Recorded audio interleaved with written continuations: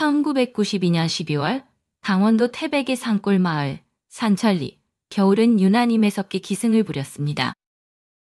하늘에서 눈이 내리면 온 세상이 하얀 이불을 덮은 듯 고요해졌고 발자국 소리마저 메아리처럼 울려 퍼졌습니다. 깊은 산속 마을의 작은 식당. 고향의 맛을 운영하는 김민서는 새벽 5시 어김없이 하루를 시작합니다. 5시 42분 비로소 아궁이에 불을 지핍니다. 장작이 타닥타닥 소리를 내며 불꽃을 일으킵니다. 저 소리가 김민서의 하루를 열고 또 닫는 소리였습니다. 오늘도 추운데 따뜻한 국물이라도 있어야지. 김민서는 묵묵히 불 위에 국솥을 올립니다. 마당에는 눈이 소복하게 쌓여 있습니다. 창문 밖으로 보이는 산자락은 온통 하얀색 세상입니다. 거실 벽에 걸린 달력을 봅니다.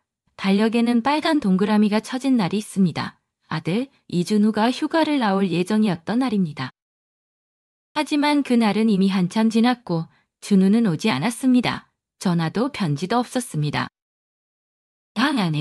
48살입니다. 열애 전 남편이 공사 현장에서 사고로 세상을 떠난 후 홀로 식당을 꾸리며 아들 준우를 키웠습니다. 고향의 맛이라는 간판이 달린 이 작은 가게는 마을에서 유일한 식당이었습니다. 아침이면 인근 공사장 인부들이, 점심엔 등산객들이, 저녁엔 동네 주민들이 찾아왔습니다. 김민서의 손맛은 태백에서 꽤 소문이 나 있었습니다. 아이고 민서씨, 오늘도 일찍 열었네. 석서님은 언제나 마을 이장님입니다. 실순을 바라보는 노인이지만 새벽같이 일어나 마을 둘레를 한 바퀴 돌고 이곳에 들릅니다. 김민서는 뜨끈한 국밥 한 그릇을 내놓습니다. 이장님, 오늘은 더 추운가 봐요. 뜨끈한 국밥 드시고 힘내세요. 미우다. 여사라가 인기를 틀어 없이 알았다. 돈은 되어라 맞다 연애되는 자라 그래. 김민서는 말없이 고개를 가로졌습니다. 아들 이준우는 22살 올해 초군에 입대했습니다. 처음 몇 달은 부쩍 편지가 왔습니다. 엄마, 잘 지내요. 밥 잘 챙겨 먹어요. 짧고 투박한 문장들이었지만 그 글자 하나하나에 나의 준우의 목소리가 담겨 있는 것만 같았습니다. 하지만 2달 전부터 편지가 뚝 끊겼습니다. 걱정되는 마음에 부대에 전화를 해봤지만 훈련 중이라는 답변만 돌아왔습니다. 걱정 말게. 군대는 다들 그런 법이야. 처음엔 편지 부지런히 쓰다가 적응하면 귀찮아서 안 쓰는 거라네. 이장님의 위로가 공허하게 들립니다. 김민서는 자신의 불안이 단순한 어미의 그리움인지 무언가 더 깊은 예감인지 구분할 수 없었습니다. 가끔 동네 젊은이들이 말하는 부대, 소문이 신경 쓰였습니다. 준우가 있는 곳이 철원에 있는 25사단이 빡세기로 소문난 곳이라는 얘기였습니다. 오후 손님이 뜸한 시간에 김민서는 준우의 사진을 봅니다. 입대 직전에 찍은 사진입니다. 짧게 깎은 머리가 어색한 듯 웃고 있는 준우는 키가 크고 마른 체형이었습니다. 어릴 때부터 책 읽기를 좋아했고 말수가 적었습니다. 군대에서 잘 지낼 수 있을까? 그런 생각이 들 때마다 가슴이 조여왔습니다. 창밖으로 눈이 다시 내리기 시작합니다. 저녁이 되자 마을 사람들이 하나 돌 식당을 찾아옵니다. 김민서는 묵묵히 음식을 나르고 설거지를 하고 이야기를 듣습니다. 그 시간이 지나고 나면 다시 혼자입니다. 빈 식당에 앉아 숫자를 적어 내려갑니다. 오늘의 매출, 내일 필요한 식재료, 다음 달 내야 할 세금, 그렇게 하루를 정리합니다. 문이 열리고 한 남자가 들어옵니다. 군복을 입은 젊은 장교입니다. 눈을 털어내며 주변을 둘러봅니다. 아직 영업하시나요? 서울에서 내려왔는데 이 근처에 식사할 곳이 여기밖에 없더군요. 김민서는 손님을 안내합니다. 젊은 장교는 식당 구석 자리에 앉아 된장찌개와 소주 한 병을 주문합니다. 김민서는 묵묵히 음식을 내옵니다. 낯선 군인의 모습에 문득 준호 생각이 납니다. 혹시 이 근처 부대에 계신가요? 김민서가 조심스레 묻습니다. 장교는 고개를 저으며 답합니다. 아니요, 서울에서 내려온 거예요. 네, 이 근처 부대에 일이 있어서요. 요년은 타라임을 너무나 생발살인다. 아테라 그는요. 잠시 침묵이 흐른 뒤 김민서가 다시 입을 엽니다. 혹시 철원 25사단에 대해 아시는 것 있으세요? 제 아들이 거기서 복무 중인데? 안교는 잠시 생각하더니 표정이 미묘하게 변합니다. 그 부대 말입니까? 좀 말이 많더군요. 특히 신병들에겐 악명이 높죠. 김민서의 마음이 콩 내려앉습니다. 그녀의 손이 미세하게 떨립니다. 무슨 문제가 있나요? 세부적인 건 잘 모르겠습니다만 내부 기율이 특별히 엄격하다고 해요. 최근엔 몇몇 사고도 있었다고 들었습니다. 김민서는 더 물어보고 싶었지만 장교의 표정에서 더 이상 말하고 싶지 않다는 기색을 읽습니다. 그녀는 가슴속에서 커져가는 불안을 억누르며 자리를 떠납니다. 식당 청소를 마치고 집으로 돌아온 김민서. 옷장 깊숙한 곳에서 오래된 상자를 꺼냅니다. 상자 안에는 푸른색 군복이 정갈하게 접혀 있습니다. 과거 특전사 간호장교로 복무했던 시절의 유물입니다. 그 옆에는 남편과 함께 찍은 사진 한 장. 그들은 모두 군복을 입고 있었습니다. 김민서는 사진 속의 모습을 오랫동안 바라봅니다. 그때 자신과 지금의 모습이 얼마나 달라졌는지 창밖으로 눈이 더 거세게 내립니다. 이 밤 어딘가에 있을 아들을 생각하며 김민서는 눈을 감습니다. 며칠이 지났지만 김민서의 마음은 여전히 무겁습니다. 그날 밤 장교가 했던 말이 머릿속에서 떠나지 않습니다. 특히 신병들에겐 악명이 높죠. 아, 그 말이 계속 맴돌며 가슴을 조여옵니다. 새벽 5시, 평소와 다름없이 일어나 아궁이에 물을 지피지만 손끝이 떨려 성냥이 잘 켜지지 않습니다. 준우야? 엄마가 너무 걱정하는 건가? 혼잣말을 중얼거리며 국솥을 올립니다. 하지만 불안한 마음은 가라앉지 않습니다. 준우가 마지막으로 보낸 편지는 2달 전이었습니다.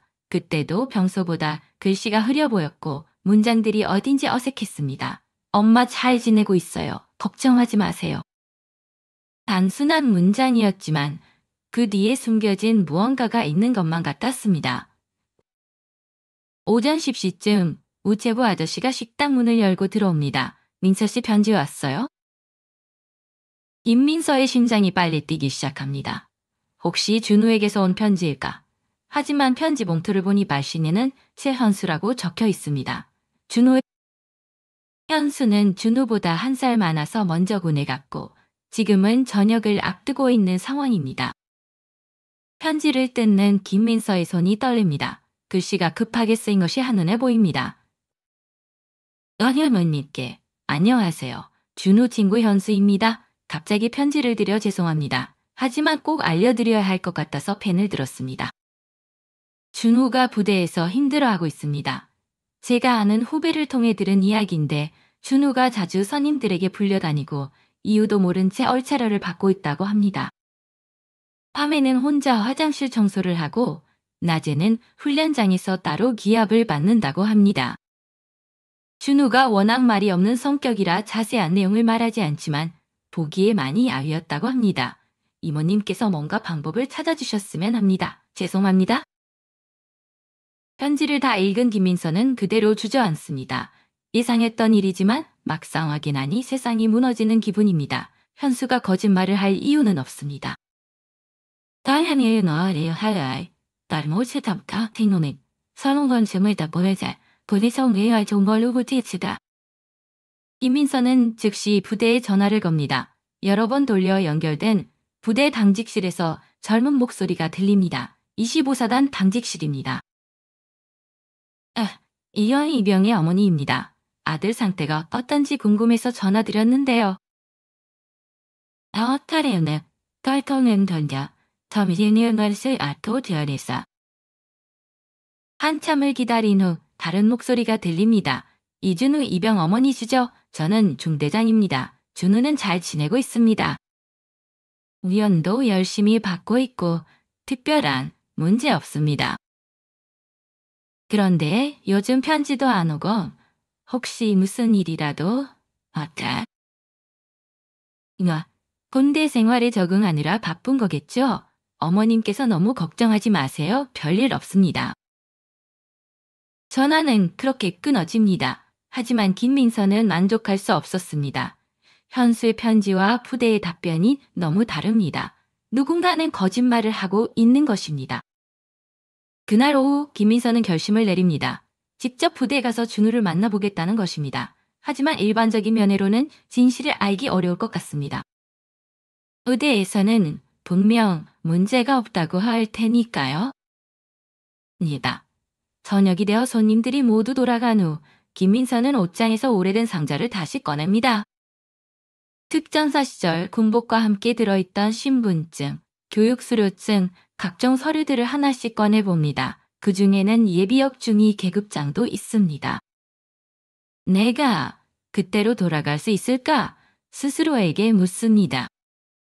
젊은 시절 특전사 간호장교로 복무했던 경험이 지금 도움이 될 수 있을까요? 군대 시스템을 아는 사람으로서 중노를 도울 방법이 있을까요? 다음날 아침, 김민서는 평소보다 일찍 일어납니다. 그리고 결정을 내립니다. 직접 부대에 가서 상황을 파악하겠다는 것입니다. 하지만 단순한 면회가 아니라 다른 방법을 써야 합니다. 점심시간, 이장님이 식당에 들릅니다. 민서 씨 표정이 안 좋아 보이네. 무슨 일 있나? 김민서는 현수의 편지 내용을 간략히 이야기합니다. 이장님은 심각한 표정으로 듣더니 고개를 끄덕입니다. 그럼 직접 가서 확인해 봐야지. 면회 신청하면 되잖아. 그런데 보통 면회로는 진짜 상황을 알기 어려울 것 같아요. 부대에서 미리 준비를 할 테니까요. 이장님은 잠시 생각하더니 말합니다. 그럼 다른 방법을 써야겠네. 민서 씨가 예전에 군인이었다고 했잖아. 그 경험을 살려보면 어떨까? 임민서는 고개를 끄덕입니다. 바로 그 생각이었습니다. 단순한 어머니가 아닌 군을 아는 사람으로서 접근해야 합니다. 내일 부대에 가보겠어요. 준우를 직접 만나서 상황을 확인해야 하겠습니다. 그날 밤 김민서는 계획을 세웁니다. 신병 면회객으로 위장해서 부대에 들어가는 것입니다. 그리고 가능하면 준우의 모습을 직접 확인하는 것입니다. 위험한 일이지만 아들을 위해서라면 할 수 있습니다. 창밖으로 또다시 눈이 내립니다. 하지만 이번에는 그 눈이 차갑게 느껴지지 않습니다. 오히려 결심을 굳혀주는 것 같습니다. 내일부터는 더 이상 가만히 있지 않겠다는 다짐과 함께 김민서는 긴 밤을 보냅니다. 다음 날 새벽, 김민서는 평소보다 2시간 일찍 일어납니다. 어젯밤 세운 계획을 실행에 옮길 시간입니다. 옷장에서 가장 단정한 옷을 꺼내 입고 머리를 깔끔하게 빗어 넘깁니다. 거울을 보니 48배 나이가 무색할 정도로 단단한 인상입니다. 특전사 시절 몸에 밴 자세가 아직도 남아 있습니다. 준우야, 엄마가 꼭 진실을 확인하고 올게. 혼잣말을 중얼거리며 집을 나섭니다.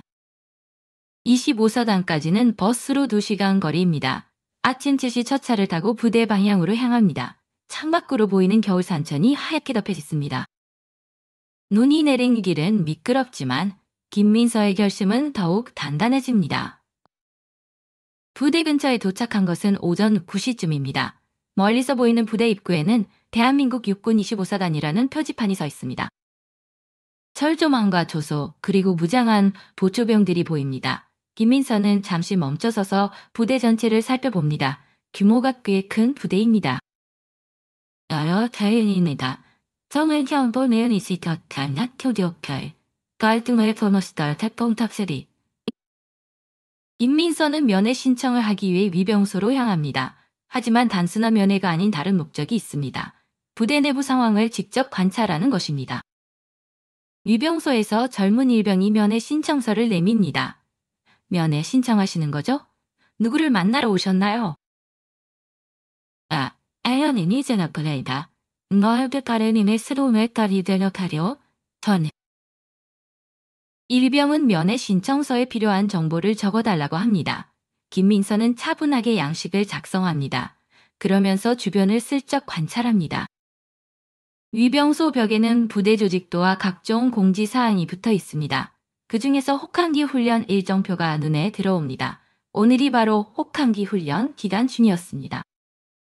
면회는 오후 2시부터 가능합니다. 그 전까지는 훈련 중이라서요. 일병의 설명을 들으며 김민서는 고개를 끄덕입니다. 오히려 잘된 일이다. 훈련 시간에 부대 내부를 돌아볼 수 있는 기회가 생긴 것입니다. 그럼 잠시 부대 내부를 둘러봐도 될까요? 아들이 어떤 환경에서 지내는지 보고 싶어서요. 이유병은 잠시 망설이더니 간단한 안내를 해주겠다고 말합니다. 면회를 위한 기본적인 서비스인 것 같습니다. 김민서는 일병을 따라 부대 안으로 들어갑니다. 부대 내부는 생각보다 넓습니다. 병영, 식당, 훈련장 등이 체계적으로 배치되어 있습니다. 하지만 분위기가 어딘지 모르게 무겁습니다. 지나가는 병사들의 표정이 경직되어 보입니다. 특히 신병들로 보이는 젊은 병사들은 고개를 푹 숙이고 다닙니다. 저기가 생활관이고 저쪽이 식당입니다. 그리고 저 멀리 보이는 곳이 훈련장이에요. 일병이 친절하게 설명해 줍니다. 임민서는 훈련장 쪽을 유심히 바라봅니다. 멀리서 병사들이 줄을 맞춰 뛰어가는 모습이 보입니다. 그 중에 준우도 있을 것입니다.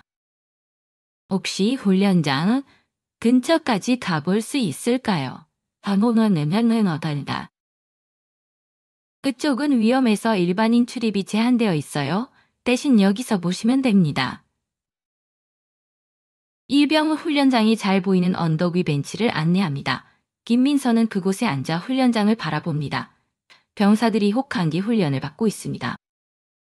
너하려 너너연다. 저항 신생의 어디를 약간 따라니하는 남이지요. 허령을 진행됩니다. 그때 김민서의 눈에 한 광경이 들어옵니다. 훈련장 한쪽에서 한 명의 병사가 땅에 엎드린 채 벌벌 떨고 있습니다. 얼어붙은 눈 위에서 꼼짝도 하지 못하고 있습니다. 그 옆에서 한 하사관이 소리를 지르며 발로 눈을 차고 있습니다. 김민서는 눈을 좁혀 그 병사를 자세히 봅니다. 키가 크고 마른 체형, 그리고 익숙한 뒷모습. 나라의 날다. 보할테노편이 너시어요. 홈가자. 이런 자식이 나라를 지키겠다고 군복을 입었냐. 하사관의 목소리가 바람을 타고 들려옵니다. 박상호라는 이름표가 흉에 달려있는 것이 보입니다. 박상호 사... 현수의 편지에는 나왔던 그 이름입니다.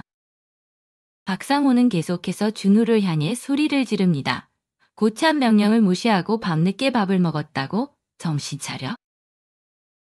김민서의 손이 떨리기 시작합니다. 주먹을 꽉 쥐고 일어서려 하지만 스스로를 억제합니다. 지금 나서면 준우에게 더 큰 피해가 갈 수도 있다. 아니야의 선언이 금해야. 하자매와 날 챙냐. 준우는 눈 위에서 계속 엎드려 있습니다. 군복이 젖어 몸에 달라붙어 있고 입김이 하얗게 나오는 것으로 봐서 심하게 떨고 있는 것 같습니다. 박상호는 그런 준우를 보며 비웃듯 말합니다. 추워? 그럼 더 열심히 해서 몸을 따뜻하게 만들어. 주변에 있던 다른 병사들은 아무도 말리지 않습니다. 오히려 고개를 돌려보지 않으려 합니다. 이것이 일상적인 일인 것처럼 보입니다. 김민서는 가슴이 터질 것 같습니다. 아들이 저런 고통을 받고 있는데 엄마로서 아무것도 할 수 없다는 현실이 너무 괴롭습니다. 하지만 참습니다. 내 말, 애노의 안에는요 멀팅 안에 써함이 지었다. 아웅 됐을터럼 너왜 돼야 돼. 어머님, 면회 시간이 되었어요. 일병이 다가와서 말합니다. 하지만 김민서는 준우를 만날 준비가 되어 있지 않습니다. 저런 상태의 준우를 보면 감정이 폭발할 것 같습니다. 죄송한데 오늘은 급한 일이 생겨서 면회를 못할 것 같아요. 다음에 다시 오겠습니다. 일병은 의아한 표정을 짓지만 김민서는 서둘러 부대를 나섭니다. 부대 밖에 나와서야 억눌렀던 눈물이 터져 나옵니다. 준우가 얼마나 힘들었을까? 현수의 편지가 사실이었습니다. 아니, 현실은 편지보다 더 심각했습니다. 김민서는 부대 근처 민박집을 찾아갑니다. 오늘 밤은 여기서 보내며 대책을 세워야 합니다. 단순한 어머니로서는 할 수 있는 일이 한계가 있습니다. 나의 네가 세우마이나 아린이 오늘의 배려다.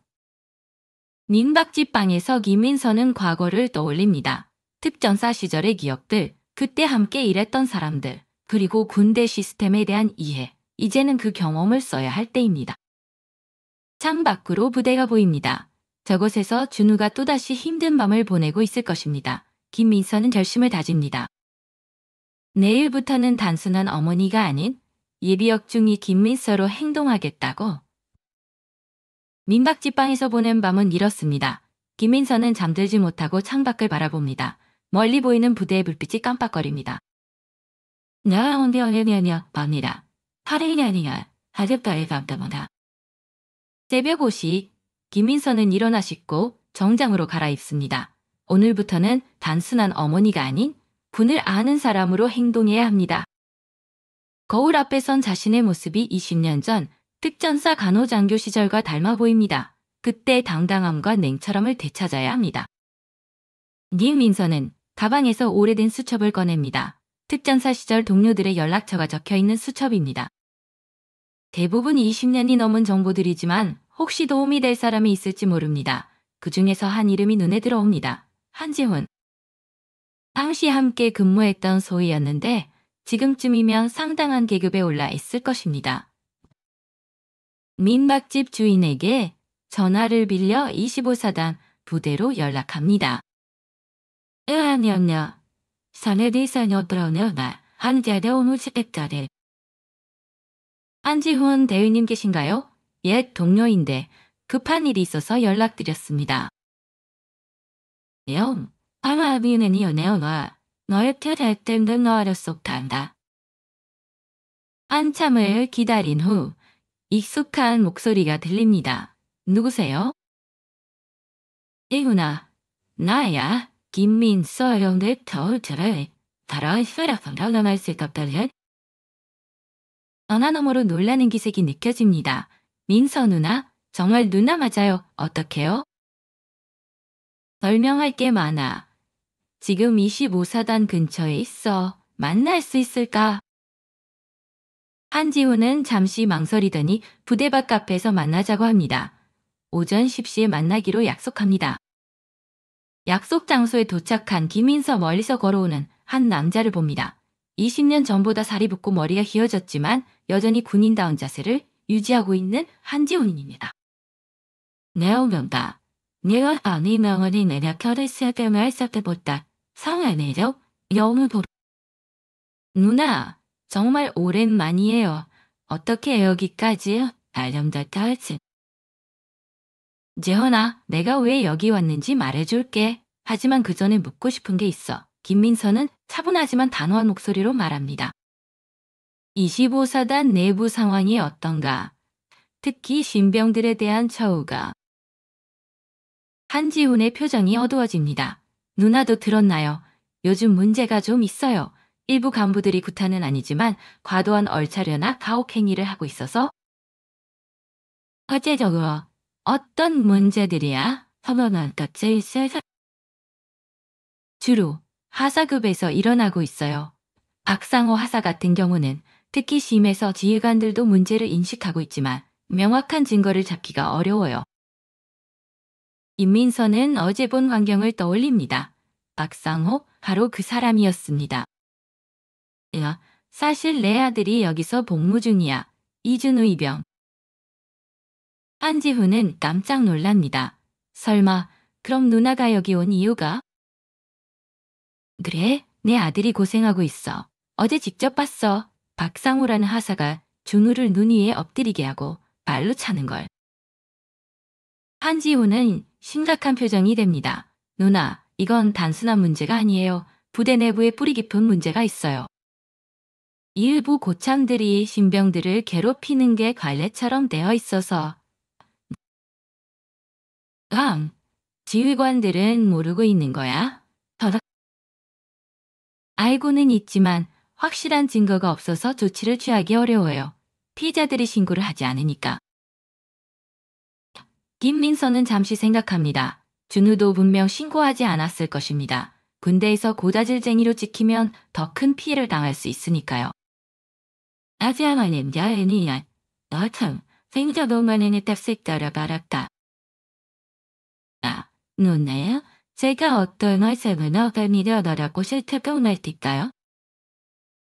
내가 예전에 특전사 간호장교였던 거 기억하지? 그때 배운 게 있어. 군대 시스템을 이용해서 이 문제를 해결하고 싶어. 한지훈은 김민서의 눈빛에서 예전 전우의 모습을 봅니다. 20년 전 특전사에서 함께 근무할 때 김민서는 문제가 생기면 포기하지 않고 끝까지 해결하는 성격이었습니다. 의무병으로서 부상병들을 끝까지 돌봤고 부조리한 일이 있으면 계급에 상관없이 문제를 제기했습니다. 누나, 위험할 수도 있어요. 부대 내부 문제에 외부인이 개입하는 건 외부인이 아니야. 나는 예비역 중이고 무엇보다 이 나라 군인의 어머니야. 김민서의 목소리에 확신이 실려 있습니다. 지훈아, 내가 부탁하는 건 간단해. 내부 실태를 정확히 파악할 수 있도록 도와달라는 거야. 그리고 필요하면 지휘부에 정식으로 문제를 제기할 수 있는 통로를 만들어줘. 한지훈은 고민합니다. 부대 내부 문제를 외부에 알린 것은 본인으로서 부담스러운 일입니다. 하지만 김민서의 간절한 눈빛을 보니 거절할 수 없습니다. 알겠습니다. 하지만 조심스럽게 해야 해요. 성급하게 움직이면 오히려 준우에게 피해가 갈 수 있어요. 물론이야. 나도 군을 알고 있으니까. 임혜원서는 한지훈과 구체적인 계획을 세웁니다. 먼저 부대 내부에서 가혹행위에 대한 정확한 실태를 파악하는 것입니다. 아샤에나, 다오면, 탈포라이다. 이미 세미가 여전히다리다. 누나, 한 가지 더 말씀드릴게요. 이 문제를 해결하려면 사단장까지 가야 할 수도 있어요. 나단열, 상관없어 필요하다면 어디든 가겠어요. 가겠어. 한지훈은 김민서의 결의를 보며 20년 전 특전사 시절을 떠올립니다. 그때도 김민서는 이런 식으로 문제를 해결했습니다. 포기하지 않고 끝까지 해내는 사람이었습니다. 아, 그럼 내일부터 시작해요. 먼저 제가 내부 상황을 더 자세히 파악해 볼게요. 오늘 싸움이야 선회가냥 대연tun의 연이 던물교환을 켰다. 카페를 나서며 김민서는 하늘을 올려다봅니다. 구름이 가득하지만 어딘가 밝은 빛이 보이는 것 같습니다. 이제는 혼자가 아닙니다. 믿을 수 있는 동료가 생겼습니다. 민박집으로 돌아가는 길에 김민서는 다시 한번 부대를 바라봅니다. 저곳에서 준우가 또다시 힘든 밤을 보내고 있을 것입니다. 김민서는 결심을 다집니다. 내일부터는 단순한 어머니가 아닌 예비역 중이 김민서로 행동하겠다고? 며칠이 지나는 동안 한지훈은 부대 내부 상황을 세밀하게 조사합니다. 그리고 김민서에게 충격적인 보고를 해줍니다. 아, 준우의 상황이 생각보다 훨씬 심각하다는 것입니다. 누나, 준우 상태가 정말 안 좋아요. 민박집 근처 조용한 찻집에서 만난 한지훈의 첫마디였습니다. 김민서는 이미 각오하고 있었지만 막상 들으니 가슴이 무너집니다. 어떤 상황인지 자세히 말해줘. 준우는 매일 새벽 4시에 일어나서 혼자 화장과 세면장을 청소해요. 다른 신병들보다 1시간 일찍 일어나서 말이에요. 한지훈은 조사한 내용을 차근차근 설명합니다. 그리고 밤에는 소등호에도 박상호 하사에게 따로 불려가서 얼차려를 받아요. 주로 발굽혀펴기나 오리걸음, 기마자세 같은 거요. 이민서의 주먹이 저절로 꽉 쥐어집니다. 이유는 뭐라고 하던가? 별것 아닌 일들이에요. 밥을 늦게 먹었다거나, 인사를 제대로 안 했다거나, 청소를 완벽하게 하지 못했다거나, 트집을 잡으려면 얼마든지 잡을 수 있는 일들이죠.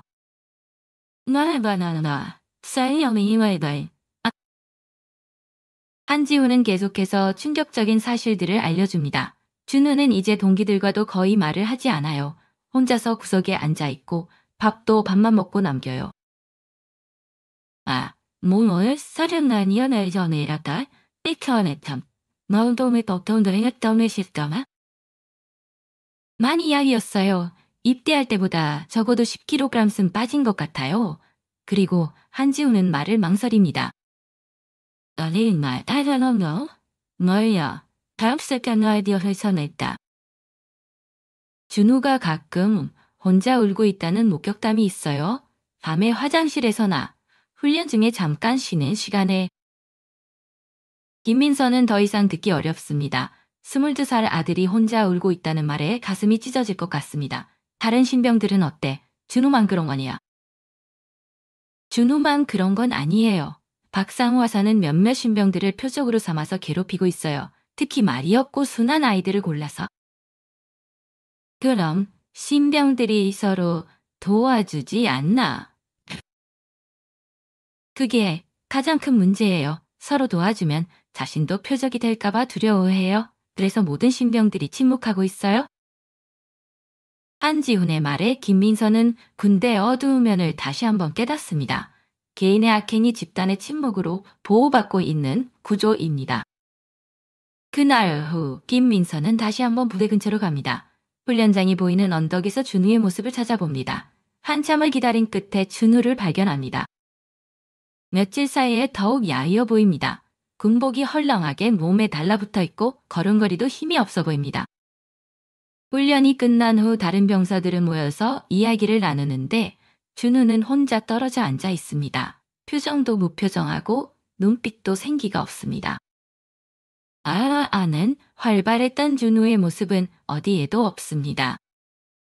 그때 박상호 하사가 준우에게 다가갑니다. 무언가를 지시하는 것 같습니다. 준우는 고개를 끄덕이고 일어나서 혼자 어딘가로 향합니다. 다른 병사들은 그대로 쉬고 있는데 준우만 수가 작업을 하러 가는 것입니다. 또 혼자 일을 시키는군. 김민서는 분노를 억누르며 지켜봅니다. 준우는 훈련장 한쪽에서 혼자 장비를 정리하고 있습니다. 무거운 장비들을 혼자서 옮기느라 힘들어하는 모습이 보입니다.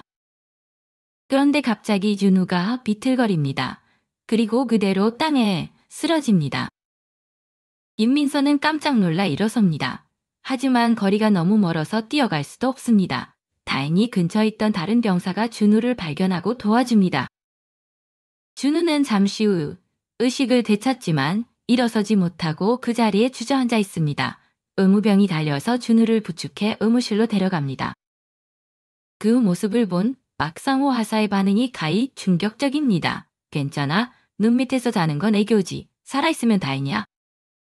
박상호는 준우가 쓰러진 것을 대수롭지 않게 여기며 비웃듯 말합니다. 주변 병사들도 아무 말하지 않습니다. 이런 일이 일상적으로 벌어지고 있다는 뜻입니다. 임민서는 더는 참을 수 없습니다. 아들이 쓰러졌는데도 제대로 된 치료나 휴식을 주지 않는 현실이 너무 잔혹합니다. 하지만 지금 나서면 준우에게 더 큰 피해가 갈 수 있습니다. 날 밤 내내서는 민박집에서 한지훈을 다시 만납니다. 안녕하세요. 한국어는 즐겁고 저랬다. 그리고 가시전에 별상호 저랬디너까 연애. 직접 보셨어요? 정말요. 의무실에서는 뭐라고 했나요? 박상호라는 하사는 살아있으면 다행이라고 하더라고.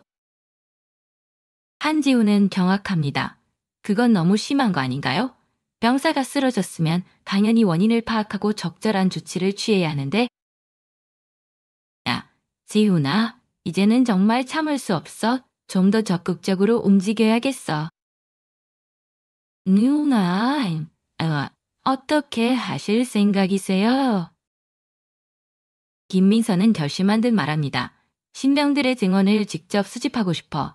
그리고 박상호의 가혹행위 증거도 확보해야겠어. 여터 있어너 던져봐야. 앞서리세 등원했다지. 위험해도 해야 해. 내 아들이 죽어가고 있는데 가만히 있을 수는 없어. 한지훈은 김민서의 결의를 보며 도울 방법을 생각합니다. 그럼 제가 신병들과 개별 면담을 해볼게요. 상담이라는 명목으로요. 정말 고마워. 그리고 누나께서는 부대 외부에서 할 수 있는 일들을 준비해주세요. 필요하면 상부에 정식으로 문제를 제기해야 할 수도 있어요. 김민서는 고개를 끄덕입니다. 이제는 단순히 지켜보기만 하는 시간이 끝났습니다. 본격적인 행동에 나설 때입니다. 널 지훈아, 내가 예전에 특전사에서 배운 게 있어. 문제가 생기면 정면 돌파라는 거야. 제훈에이나, 갈만 더네. 너는 버려온 날에 봐. 사진 알 수도 없겠죠. 물론이야. 하지만 더는 시간을 끌 수 없어. 준우가 버틸 수 없을 것 같아. 그날 밤 김민서는 준우를 위한 본격적인 계획을 세웁니다. 내일부터는 예비 역중이로서 그리고 대한민국 군인의 어머니로서 싸울 것입니다. 네오니더에가 이유이느라 하디어는 본격적인 조사에 착수합니다. 부대 내부에서 김민서는 외부에서 각자의 역할을 수행합니다. 박상호 화사와 일부 간부들의 가혹행위에 대한 확실한 증거를 수집하는 것입니다. 한지호는 상담이라는 명목으로 신병들과 개별 면담을 시작합니다. 처음에는 모든 신병들이 입을 다물고 있었습니다. 군대사 고자질은 금기 중의 금기이기 때문입니다. 하지만 한지훈이 인내심을 갖고 접근하자 조금씩 마음을 열기 시작합니다. 대응인님, 정말 비밀이 보장되나요? 한 신병이 조심스럽게 물어봅니다. 아, 물론이다. 이 대화는 절대 외부로 나가지 않는다. 그제서야 신병들이 하나둘 진실을 털어놓기 시작합니다. 박상호 화사의 가혹행위는 상상 이상이었습니다.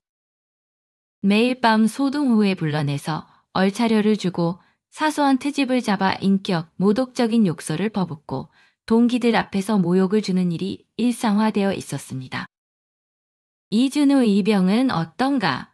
한지훈이 조심스럽게 물어봅니다.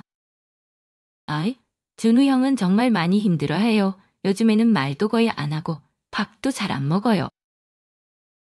어제는 대소다세서나 카티오가 등염이어진 오가로보서 울었다. 마카사가 준우 형을 특별히 미워하는 것 같아요.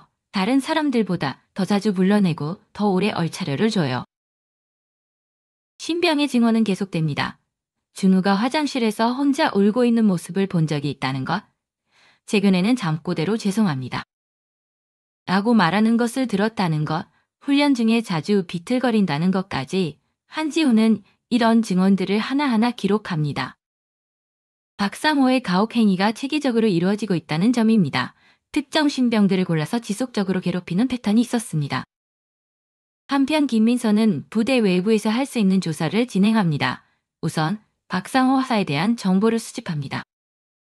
민박집 주인을 통해 들은 이야기로는 박상호는 이 지역 출신으로 원래 성격이 거칠기로 소문났다고 합니다.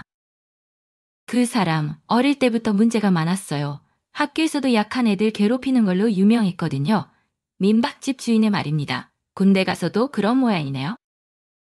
영어 월전이나 더 심해진 거겠죠. 김민서는 이런 정보들도 모두 기록해둡니다. 박상호의 행동이 개인적 성향에서 비롯된 것임을 보여주는 증거가 될 수 있기 때문입니다. 며칠 후 한지훈이 중요한 소식을 가져옵니다. 누나, 박상호 화사의 가혹행위 현장을 촬영한 영상을 확보했어요. 냐? 인내 너의 전화 대모 치자. 생미오가라 써는다이. 덥소 강박결이더만이. 네, 한 신병이 몰래 찍어둔 거예요. 박하사가 준우를 포함한 몇 명의 신병들에게 기마자세를 시키고 욕설을 하는 장면이 담겨 있어요. 김민서는 그 영상을 봅니다. 화질은 좋지 않지만 박상호가 신병들을 향해 소리 지르는 모습이 선명하게 담겨 있습니다. 타카네다. 하라다이는 바하테. 행동하는 이어노노다 바해맞다. 이건 결정적 증거야. 김민서의 목소리에 확신이 들어 있습니다. 하지만 누나, 이제 정말 중요한 선택을 해야 해요. 한지훈은 심각한 표정으로 말합니다. 이 증거들을 가지고 사단장에게 직접 가는 거예요. 중간 단계를 거치면 묻힐 가능성이 있어요. 뭐 하라면 이건다. 설명오는 놈이 사못했어 내냅니다. 사단장한테 직접 내 누나의 신분을 밝히고 정식으로 문제를 제기하는 거예요. 임민서는 잠시 고민합니다. 사단장에게 직접 간다는 것은 더 이상 뒤로 물러설 수 없다는 뜻입니다. 하지만 준우를 구하기 위해서는 필요한 일입니다. 니아노의 때는 따라 세엄노매여 느벼라노네가 트오베야 녀무자와보다. 다음 날 김민서는 정장을 차려입고 부대로 향합니다. 이번에는 단순한 면회객이 아닙니다. 예비역 중위로서 공식적인 문제 제기를 하러 가는 것입니다. 사단장실 앞에서 김민서는 잠시 멈춰섭니다. 20년 만에 다시 군복무를 하는 기분입니다. 비록 군복을 입지는 않았지만 마음만큼은 다시 군인이 된 기분입니다. 예비역 중위 김민서입니다. 사단장님께 급히 면담을 요청합니다. 당직 참모는 갑작스러운 방문에 당황합니다. 예비역 중이라는 신분과 단호한 어조에 압도되어 사단장에게 보고합니다. 한참 후 사단장실로 안내됩니다. 사단장은 50대 초반의 대령으로 김민서를 의아한 눈으로 바라봅니다. 예비역 중이라고 하셨는데 어떤 일로 오셨습니까? 김민서는 차분하지만 단호하게 말합니다. 제 아들 이준우 이병이 이곳에서 복무 중입니다. 그런데 심각한 가혹행위가 벌어지고 있어서 직접 찾아왔습니다. 오늘 타령이 임하였던 일이 아니다. 다 학회나여 말하며 보노스더래. 막상호 하사가 주도하는 체계적인 신병 괴롭히기가 있습니다. 저는 이에 대한 확실한 증거를 가지고 있습니다. 김민서는 준비해온 자료들을 사단장 앞에 펼쳐놓습니다. 신병들의 증언서, 박상호의 가혹행위 영상, 그리고 자신의 특전사 시절 복무 기록까지. 사단장은 자료들을 훑어보며 놀라는 기색을 보입니다. 특히 김민서의 과거 복무 기록을 보고는 더욱 진지한 표정이 됩니다. 특전사에서 복무하셨군요. 네, 그래서 군대가 어떤 곳인지 잘 압니다. 하지만 이런 일은 있어서는 안 됩니다. 김민서는 계속해서 말합니다. 제가 군을 떠난 건 군이 저를 지켜주지 않았기 때문이었습니다. 하지만 이번에는 제가 군을 지키려 합니다. 사단장은 김민서의 말에 깊은 인상을 받는 것 같습니다. 그리고 자료들을 다시 한번 자세히 살펴봅니다. 이 문제를 어떻게 해결하고 싶으십니까? 정당한 조사와 합당한 처벌, 그리고 재발 방지책이 필요합니다. 사단장은 고개를 끄덕입니다. 내일 긴급 간부 회의를 소집하겠습니다. 이 문제를 공식적으로 다루겠습니다. 김미서는 드디어 첫 번째 관문을 통과했다는 안도감을 느낍니다. 다음 날 오전 9시 25사단 회의실에는 긴장감이 가득합니다. 사단장이 소집한 긴급 간부 회의에 주요 지휘관들이 모두 참석했습니다. 연대장, 대대장, 중대장들, 그리고 각 참모들까지 이런 규모의 회의가 갑작스럽게 열리는 것은 매우 이례적인 일입니다. 김민서도 회의실에 들어갑니다. 예비역 중이라는 신분으로 공식 참석하는 것입니다. 회의실에 들어서자 모든 시선이 그녀에게 집중됩니다. 대부분의 간부들이 의아한 표정을 짓습니다. 외부인이 이런 내부 회의에 참석하는 것은 전례가 없는 일이기 때문입니다. 오늘 이 자리는 우리 부대에 심각한 문제가 제기되어 소집한 것입니다. 사단장이 엄숙한 목소리로 회의를 시작합니다. 예비역 중위 김민서 씨께서 중요한 제보를 해주셨습니다. 부대 내 가혹행위에 관한 건입니다. 회의실이 술렁입니다. 간부들 사이에서 수근거리는 소리가 들립니다. 그 중에서도 박상호 하사가 앉아있는 자리 근처가 특히 어수선합니다. 김민서 중위님, 직접 설명해 주시겠습니까? 사단장이 요청해 김민서가 일어섭니다. 그녀는 차분하지만 단호한 목소리로 말을 시작합니다. 저는 이준우 이병의 어머니이자 예비역 중위입니다. 제 아들이 이곳에서 체계적인 가혹행위를 당하고 있습니다. 김민서는 준비해온 자료들을 하나씩 공개합니다. 먼저 신병들의 증언서를 읽어줍니다. 박상호 하사가 매일 밤 소등 후에 신병들을 불러내어 얼차려를 주고 있습니다. 띄어니다. 사당의 나의 내여함이 알노래 나왔다 켜나이사이 나노배어노 도쿄 녀야노배우니 알냐 다어느 커틀 노니라게 데레노타 하지만 아직 아무 말도 하지 않습니다. 이것은 단순한 공기 확립이 아닙니다. 명백한 가혹행위입니다. 김민서는 계속해서 구체적인 사례들을 제시합니다. 준우는 매일 새벽 4시에 일어나서 혼자 화장실을 청소해야 합니다. 밥도 제대로 먹지 못하고 훈련 중에 쓰러지기까지 했습니다. 회의실의 분위기가 점점 무거워집니다. 특히 중대장들의 표정이 심각해집니다. 이런 일들이 잘 벌어지고 있었다는 충격 때문입니다. 아니요. 기억하sen 결정적 증거입니다. 김민서가 박상호의 가혹행위 영상을 틀어줍니다. 의혹이며 화질은 선명하지 않지만 박상호가 신병들을 향해 소리 지르는 모습이 명확하게 보입니다.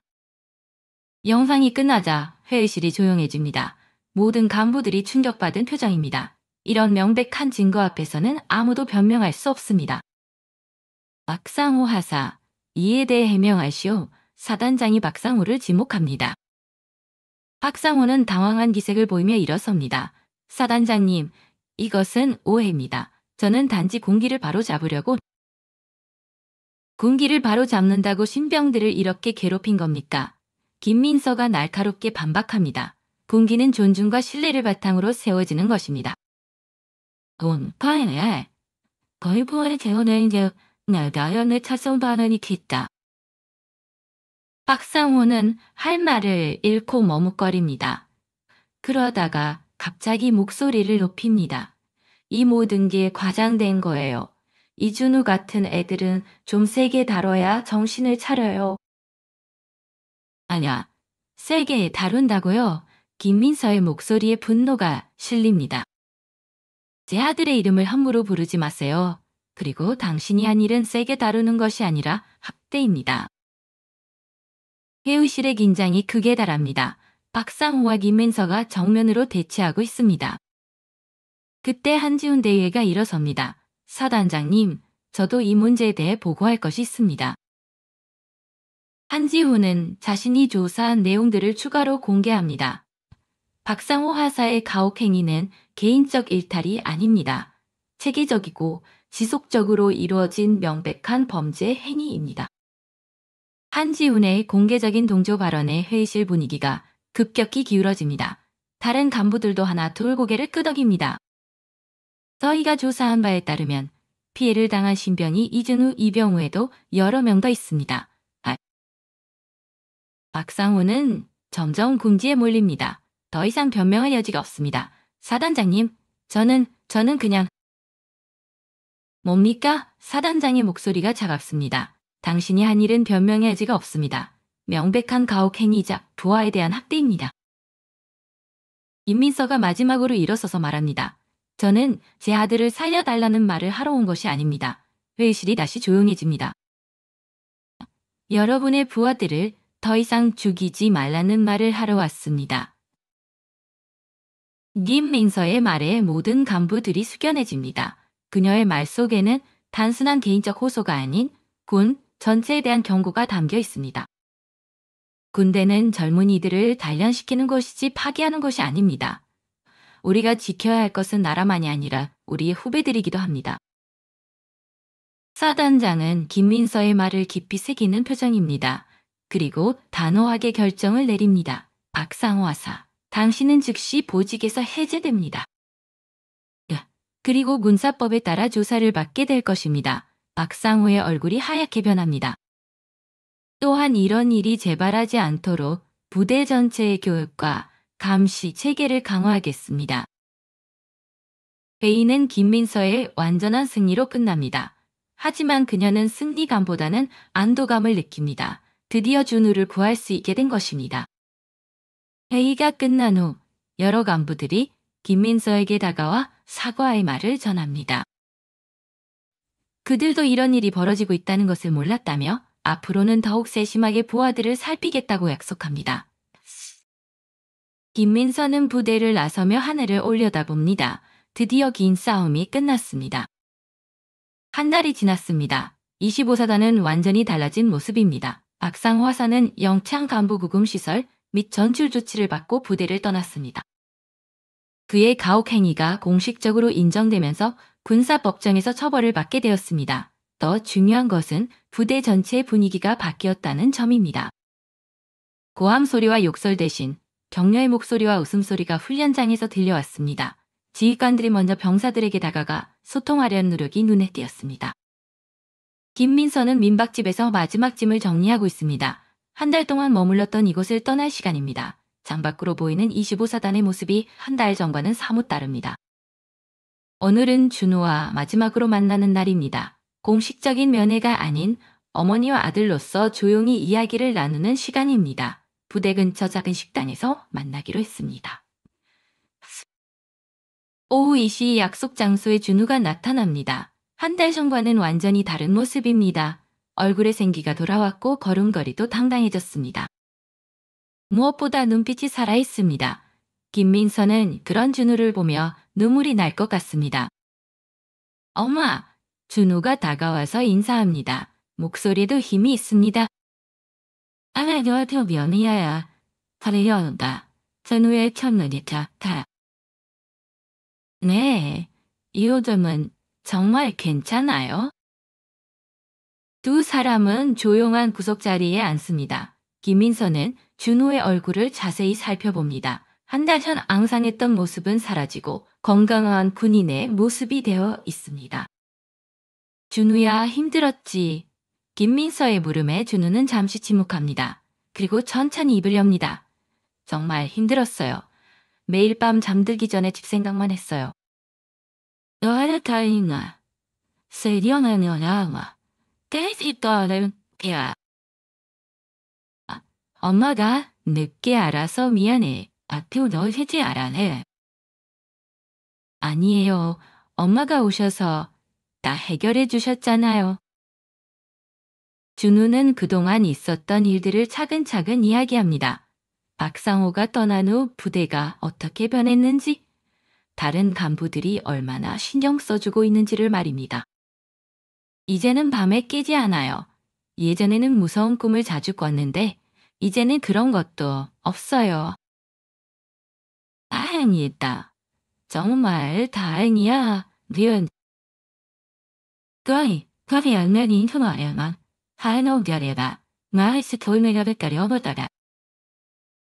준우의 말을 들으며 김민서는 자신이 한 일이 헛되지 않았다는 것을 실감합니다. 준우만 구한 것이 아니라 다른 신병들도 함께 구했던 것입니다. 엄마, 그런데 어떻게 하셨어요? 제가 힘들어 한다는 걸 날라다. 김민서는 현수의 편지 이야기부터 시작해서 모든 과정을 설명해 줍니다. 준우는 어머니가 자신을 위해 얼마나 많은 일을 했는지 알고 놀랍니다. 엄마가 예전에 군인이셨다는 것도 처음 알았어요. 그때는 말할 필요가 없어서 안 했지. 하지만 이번 일로 다시 한번 느꼈어. 내가 군인이었다는 게 자랑스럽다는 걸. 준우는 어머니를 새로운 시각으로 바라봅니다. 단순히 산골 식당을 운영하는 어머니가 아니라 용기 있고 강인한 군인이었던 어머니의 모습을 발견한 것입니다. 엄마, 정말 고마워요. 그리고 자랑스러워요. 뭐가 예스럽다는 거야. 태평어 사랑은 언니야 다래요 다롭다는 거야? 미안하니? 알려는 이시너이 사만의 대형을 떠갔다. 김민서는 더 이상 눈물을 참을 수 없습니다. 준우도 눈시울이 붉어집니다. 준우야, 앞으로는 힘든 일이 있으면 혼자 참지 마라. 엄마는 언제나 내 편이야. 네, 알지 싱어서니. 알카토먼은. 두 사람은 오랫동안 이야기를 나눕니다. 그동안 하지 못했던 말들, 서로에 대한 고마움, 앞으로의 계획들을 차근차근 나눕니다. 1월 벌무 기간도 얼른 안 남았지. 아차려내서. 네, 6개월 정도 더 있으면 저녁이에요. 남은 기간 동안은 정말 의미 있게 보내라. 군대에서 배울 수 있는 좋은 것들을 많이 배우고 와. 야야, 네, 그럴게요. 그럴게요, 소버레스. 해가 지기 시작할 무렵 두 사람은 식당을 나섭니다. 준우는 부대로 돌아가야 하고 김미선은 고향으로 돌아가야 합니다. 부대 입구에서 작별 인사를 나눕니다. 하지만 이번 작별은 한 달 전과는 완전히 다릅니다. 불안과 걱정 대신 희망과 자신감이 가득합니다. 엄마, 정말 감사해요. 엄마 덕분에 다시 살아났어요. 야, 준우야, 내가 강한 아이라는 걸 잊지 마라. 이번 일을 통해 더욱 단단해졌잖아. 준우는 어머니를 꼭 안아줍니다. 20년 동안 살아오면서 이렇게 진심으로 어머니에게 고마움을 느낀 적은 처음입니다. 내가 이렇게 해서 이런 일을 당한 줄 알았는데. 아니에요. 제노비 태어나니 오셨다 이나인다. 김민서는 아무 말 없이 미소를 지으며 준우의 등을 토닥여줍니다. 마지막으로 김민서는 준우의 군화를 내려다봅니다. 먼지가 묻어있는 끝 군화입니다. 하지만 이제는 그 군화가 자랑스럽게 보입니다. 준우야, 잠깐만. 김민서는 가방에서 깨끗한 천을 꺼내 준우의 군화를 닦아줍니다. 하나하나 정성스럽게 닦아내자 군화가 하얗게 빛납니다. 이제 됐다. 다행이나 하고는 니가는 널 새로 겨우게라. 준우는 깨끗해진 군화를 내려다보며 새로운 다짐을 합니다. 남은 복무 기간 동안 정말 의미 있게 보내겠다고 어머니가 자랑스러워할 군인이 되겠다고 다짐합니다. 엄마, 저녁하면 제가 식당 일 도와드릴게요. 야연의 이녀가 사케 때는 명예이녀가라 하청 미안했다. 준호가 부대 안으로 걸어 들어갑니다. 하얀 눈 위에 하얗게 빛나는 군화 자국이 남습니다. 그 발자국은 당당하고 힘차 보입니다. 김민서는 한참 동안 그 자리에 서서 준우의 뒷모습을 바라봅니다. 그리고 하늘을 올려다봅니다. 눈이 다시 내리기 시작합니다. 하지만 이번 눈은 차갑지 않습니다. 따뜻하고 부드럽게 느껴집니다. 버스 정류장으로 향하는 길에 김민서는 지나온 한 달을 돌이켜봅니다. 단순한 어머니에서 시작해서 예비역 중위로 그리고 다시 어머니로 돌아온 여정이었습니다. 하지만 이제는 예전과 다른 어머니입니다. 아들을 지킬 수 있는 힘을 가진 어머니, 옳은 일을 위해 싸울 줄 아는 어머니가 되었습니다. 고향으로 돌아가는 버스 안에서 김민서는 창밖을 바라봅니다. 하얀 눈이 온 세상을 덮고 있습니다. 그 위로 고요하게 눈이 계속 내립니다. 모든 것을 새롭게 덮어주는 것처럼 김민서와 준우의 삶에도 새로운 시작이 펼쳐져 있습니다. 이야기는 여기서 끝이 납니다. 하지만 김민서와 준우의 삶은 계속됩니다. 더 강해지고 더 따뜻해진 모습으로 말입니다.